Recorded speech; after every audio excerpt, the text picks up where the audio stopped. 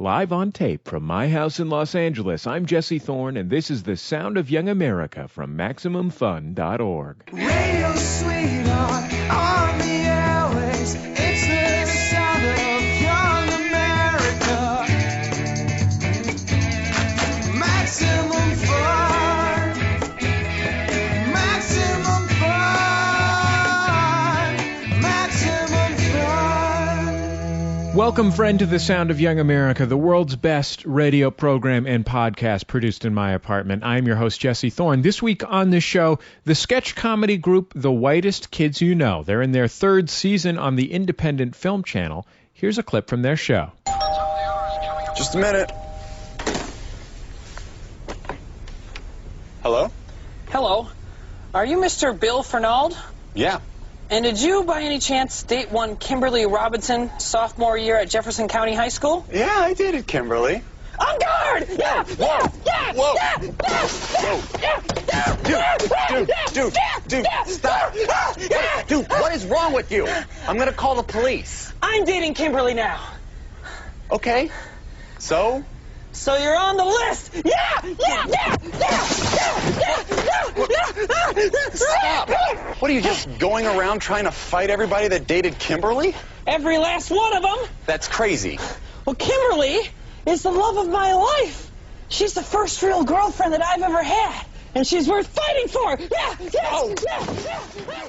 It's the Sound of Young America. I'm Jesse Thorne. My guests on the program are Sam, Darren, and Timmy. They are cast members of the IFC sketch comedy series, The Whitest Kids You Know. Originally, the group formed as a student activity at the School of Visual Arts in New York City, went on to win Best Sketch at the 2006 Aspen Comedy Festival, the most prestigious, was the most prestigious comedy festival in the United States, and scored their own television series, one of the very few still standing sketch comedy series on American television. Guys, welcome to the Sound of Young America. It's great to have you. Hey, Thanks for having us. You did that very well. Yeah, that's our life in a nutshell. Good job.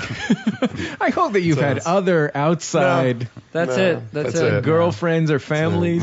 They don't. The show, IFC doesn't let us have lives. They just lock us away, and then now go be funny, We're and they kind of unlock the we're cage. kind of like Chinese gymnasts. You went to like a secret camp through childhood? Is that what you're saying? Yeah. Sketch comedy camp. It was very nerdy. Upstate New York. There's a lot of D&D being played. You had to slip on 5,000 banana peels a day until you could do it perfectly. That's right. A lot of kids getting their arms broken. It's really, it's cruel, but So it works. some of you guys were SVA students, some of you were not. Sam, you were, I right? was, and the other two guys who aren't here were. Okay. Timmy and Darren weren't, but we lived in a dorm with Timmy because we all lived in a general housing dorm, which is like a dorm in New York for if you're too lazy to apply for housing on time. You go to a general housing dorm. Yeah. And then the cruel joke about that is there's no RAs. So you put all the lazy kids in one dorm, and you don't give them RAs, and then they end up drinking their way into a comedy troupe. That's how alcoholism in comedy occurs. But I met them on September 11th. I couldn't hang out in my room because it was had a view of what was going on. So I'm like, I'm not gonna hang out in there. So I hung out in the hallway, and Sam lived across the hall from me. No. That sounds terrifying. It What was you're very describing to me terrifying. sounds terrifying. It was terrifying. More than charming. That's how we met. And on 9/11, Trevor calls me and says happy anniversary. So. Timmy, where were you going to school at the time? I was going to Brooklyn College, which is a public college in the middle of Brooklyn in Flatbush, and it's a good school for film. That's why I was studying there. I guess Jimmy Smits was one of their alumnus. Sure, noted filmmaker Jimmy Smits. Star Wars cast member. Yes, absolutely. And I was there for a couple of years, then I kind of just dropped out because I was spending more time at their school working on Whitest Kids stuff than I was at my own school. So I was like, well, this is stupid. So. What about you, Darren? How'd you get into this? Oh, geez. I basically, while they were doing the comedy, the college comedy thing, Zach and I were in a film, an independent film. And that's how I met Zach, and we kind of became friends. And he invited me to the Whitest Kids College show. And I came and I saw, and I thought it was totally original and amazing. And so after college, they basically got got the cast down to like 4 people, and I begged to be in the troupe, and I wrote a bunch of sketches and ideas, and got drunk with them a couple times, and then made it into the troupe. Hello, and thank you for calling Jameson's Distillery. This is Bethany. How can I help you?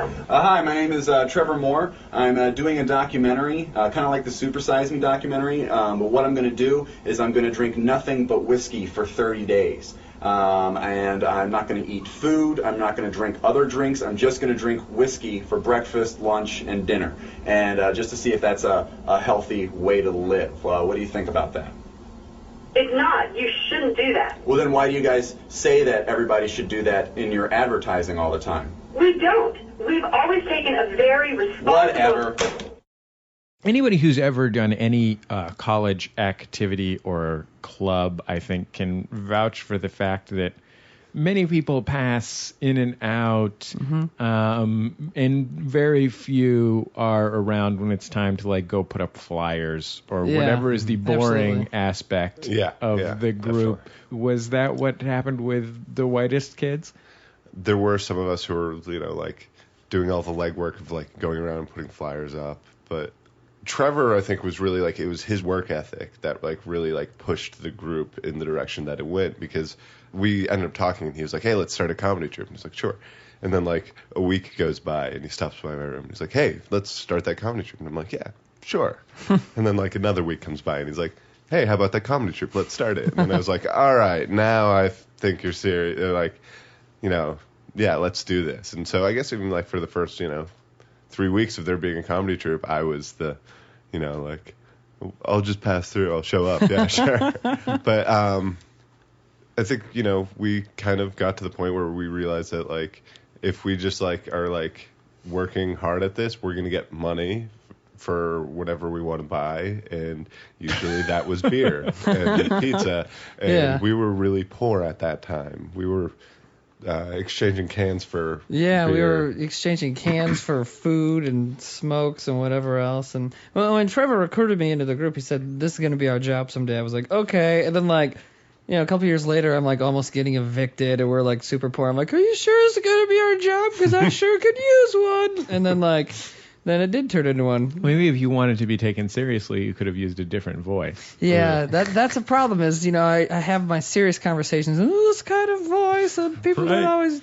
It's problematic. Yeah, although it worked out. Yeah. That's not your regular voice. This voice doesn't say gravity, and it's too bad. Was there a point in this whole operation when the Whitest Kids You Know became the Whitest Kids You Know for real? Was there a time when things crystallized for you? I think when we started doing shows at pianos, I think that's when it became like a real thing. Absolutely. So we would do a show every weekend, every Sunday night at pianos, and we did that for 4 years, three and a half years. A long time. And so basically we worked Monday through Friday, and then all day Saturday wrote new material, Sunday rehearsed all that day, and then did the show that night. And we literally had no vacation for like 3.5 years. Yeah, we like performed every Sunday for a long time. And by doing that, we would start making videos, which we put online, and that helped make it the Whitest Kids You Know, too, Darren, baby. Hi there, little guy. How are you doing today?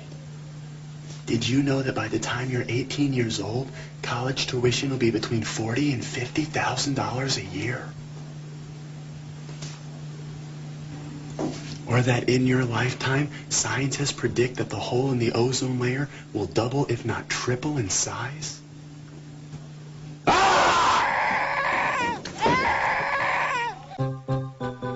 Darren, baby. It's the sound of young America. I'm Jesse Thorne. My guests are the Whitest Kids You Know, whose sketch comedy series, which is called The Whitest Kids You Know, runs on the Independent Film Channel.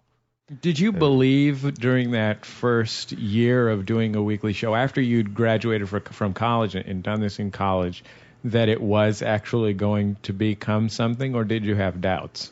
I had doubts at times just because I'm like, when is it going to happen? But, I'm from South Dakota. I have no idea how show business stuff works. And it does take a long time. And after a while, I came to realize that. And then we got a little lucky, and the right people started noticing what we were doing, and that was cool. But yeah, there was a while where I was like, when is this gonna happen? I need something to happen so that I don't have to be homeless, So I think for the first year, I never really thought of the future. I really enjoyed doing this. Yeah. Like, I just had a lot of fun performing with these guys. Yeah, absolutely. I mean, it's always been about fun. I don't want to make it sound like I was just worried about, eating, having somewhere to sleep. Yeah. Well, I'm the fat kid, though, so I am worried about eating. For comedians, like a lot of creative endeavors, one of the big turning points in their career often is when they find themselves no longer emulating their heroes and sort of finding their own voice. Do you guys remember any points where you felt like you were doing something that was uniquely Whitest Kids You Know? I still think we're ripping people off. I'm still trying to make Monty Python sketches every time I go out there. I think with our live stuff, we definitely have some stuff that we started doing like around the time we were doing all those piano shows, where we would do some live stuff that was like, I would think to myself like, wow, this is something that people haven't seen before. Like the line leader sketch where we're like marching into the audience and fighting each other in the middle of everybody, or like. Yeah, a lot of them actually had to do with like kind of using the whole room rather than just being on the stage, or like sketches where we would pretend to have a fight and Darren would pretend to quit the group, and then he'd be standing outside the club later handing out flyers for the Darren show. Stuff like that where we kind of made it like ridiculous and like not just on the stage, I think. It's the Sound of Young America. I'm Jesse Thorne. My guests are the Whitest Kids You Know. Their IFC sketch comedy series is now in its third season. We'll have more with the Whitest Kids in just a minute. Production of The Sound of Young America is supported in part by Ask Metafilter. Thousands of life's little questions answered. Online at ask.metafilter.com. The Sound of Young America will be live in Portland April 25th as part of the Bridgetown Comedy Festival. The festival's full of amazing comics, so if you're a Portlander, visit Bridgetown Comedy Festival for more information, including information on how to get yourself a festival pass. Welcome back to the Sound of Young America. I'm Jesse Thorne. My guests are the Whitest Kids You Know. The third season of their IFC sketch comedy series is running right now. Let's get back to our conversation. You guys performed at the 2006 Aspen Comedy Festival. It's a now defunct festival, but for many years was the premier showcase for comedy in the United States. It was presented by HBO, and it's a place where people go to go from local favorites to, impressing those guy like Bernie Brillstein or something. I don't know who you impressed there, but somebody chomping a cigar. Was it scary for you when you got the call? Yeah, I was scared. I remember our first show, like, and we did this tent. It was like 500 people, like it was sold out, and just being backstage about to go on, it's just like your head was just like freaking out. I was only like operating about half brain anyways because of the lack of oxygen, so I don't even remember the Aspen Festival. But yeah, it was just a different level of show that we've played before. Yeah. We've never played to an audience that big, or actually I think that was like our first show that we had lavs on. Yeah. The first show where we're like, oh, we need to be mic'd? Weird. Like, that's just stuff. There's too many people here. I'll just project.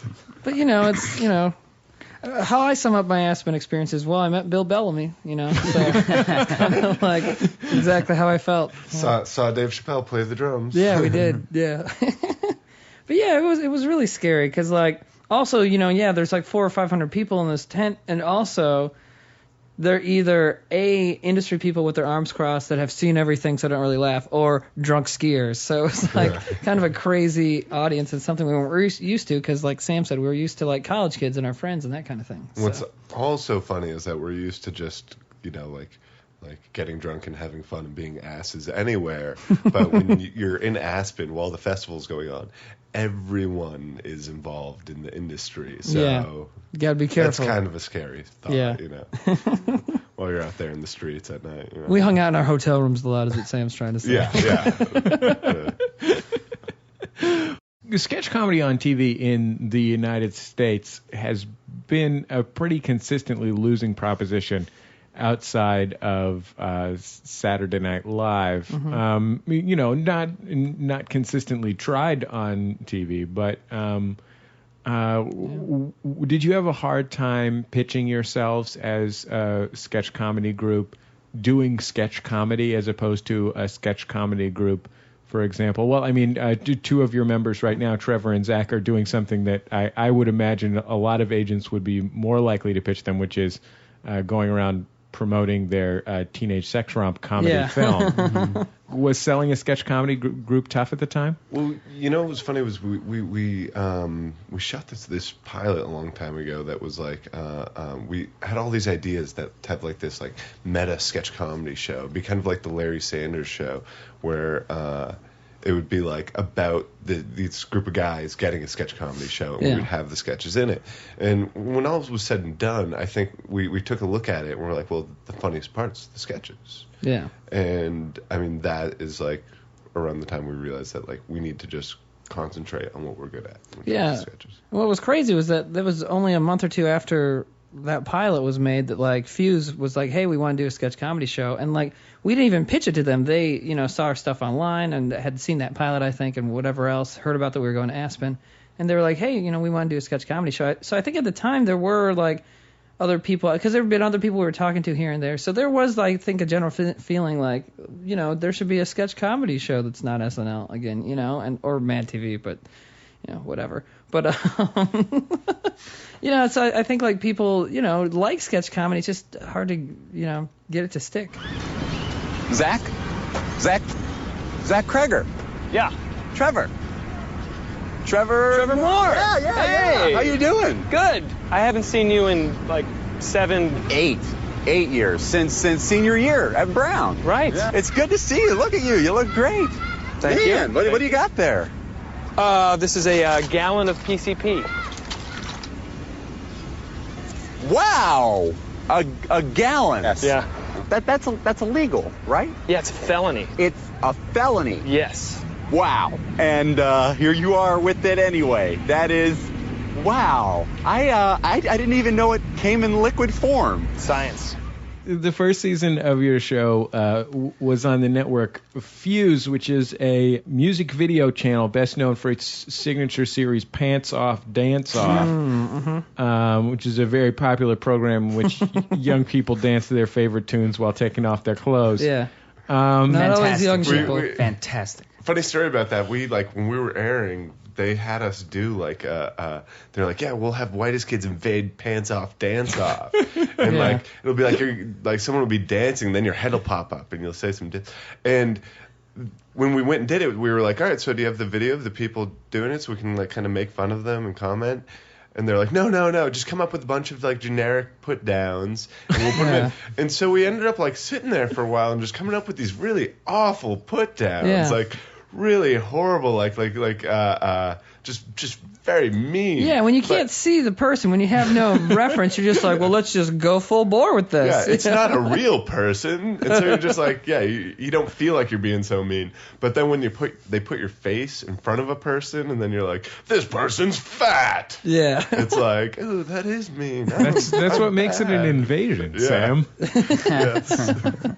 Yeah, I guess. Yeah, we conquer. So you did a season on that network before moving to its sister network, IFC, formerly the Independent Film Channel, which is a station that has branded itself around the notion of being uncensored or raw and uncut, which in comedy often tends to mean like Andrew Dice Clay or something like that. Anytime you hear anyone in the world of comedy talk about political correctness or censorship, it's usually just because instead of jokes, they're just going to do a bunch of gross stuff or say a bunch of offensive stuff.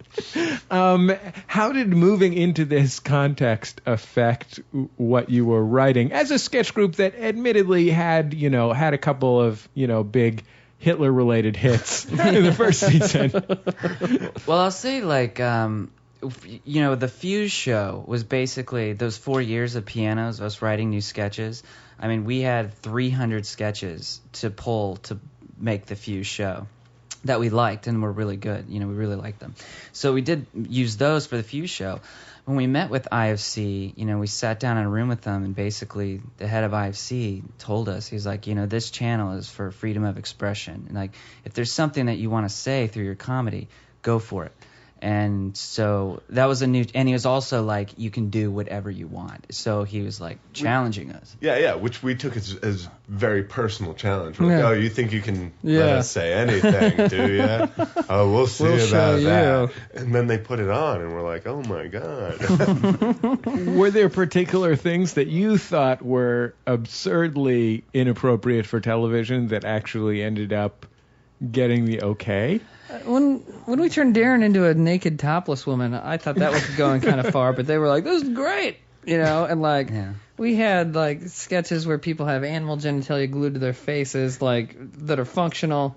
I'm not going to go into it too much, but like they were like, oh great, and I was like, really? Okay, whatever. I was just psyched to have my actual testicle on TV. Yeah, Sam. Yep. Well, I can imagine that you would be excited for that.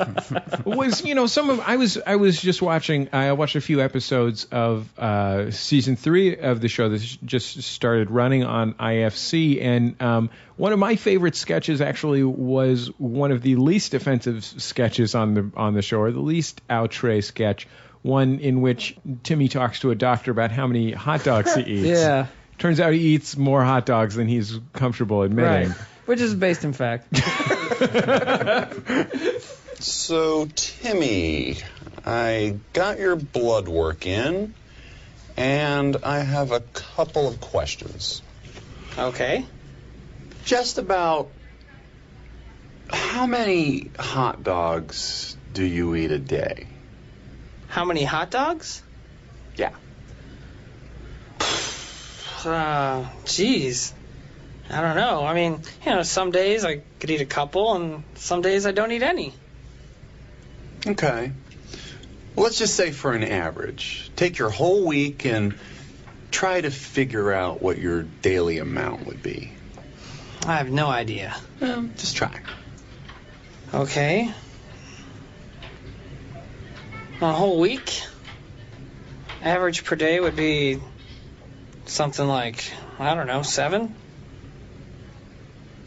7 hot dogs? 7, yeah. A day. Is that high? It's a little high. Is that bad? Well, not good.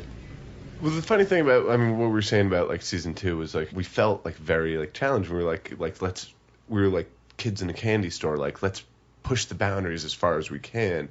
And then when all was said and done, I think it was a good season. But I think it was kind of a misstep to be so enthusiastic about doing whatever you want. And when we wrote season 3. We were all together for like the whole period while writing it, and we weren't trying to be as offensive, but there somehow ended up being more animal sex sketches than before, and it got crazier. And I really love this season because I feel like we just got to a really kind of weird, fun place with our relationship. Yeah. It's like people writing. I think what evolved is our take on the phrase "do whatever you want," where it shouldn't. Do whatever you want doesn't mean you should just go out and swearing and cursing and showing whatever, like blood and boobs. Do whatever you want should mean literally do whatever you want. If you want to make a crazy sketch where someone's having sex with an animal and there's blood and whatever going on, then do that. Or if you want to do a sketch where it's just a guy and a doctor talking about hot dogs, and do that too. And I think that is one reason why I like being on an uncensored channel, because if you want to get crazy, you can, but you don't have to. And so I think when we wrote season 3 and sat down to do it, we were more just like, okay, let's just write things that we like. If we need to go real far, like crazy, we can, Well, Sam, Timmy, Darren, thank you so much for taking the time to be on The Sound of Young America. Thank you, Jesse. Thanks for having us. The Whitest Kids You Know are online at whitestkids.com and on the television on IFC, Tuesdays at 10 p.m. inside IFC's new programming block, The Automat. That's our time for another Sound of Young America program. I have been your host, Jesse Thorne, America's radio sweetheart. The show produced by Speaking Into Microphones. Our theme music written and performed by Dan Grayson with help from myself. Interstitial music provided by Dan Wally. You can find us online at MaximumFun.org. Show edited by Nick White, our intern Brian Fernandez. You can email me whenever you want at my actual personal email address, jesse@maximumfun.org. And just in general, I hope you'll stop by maximumfun.org. We've got a lot more than just the sound of Young America there. I guess that's about it. We'll see you next week right here on the Sound of Young America.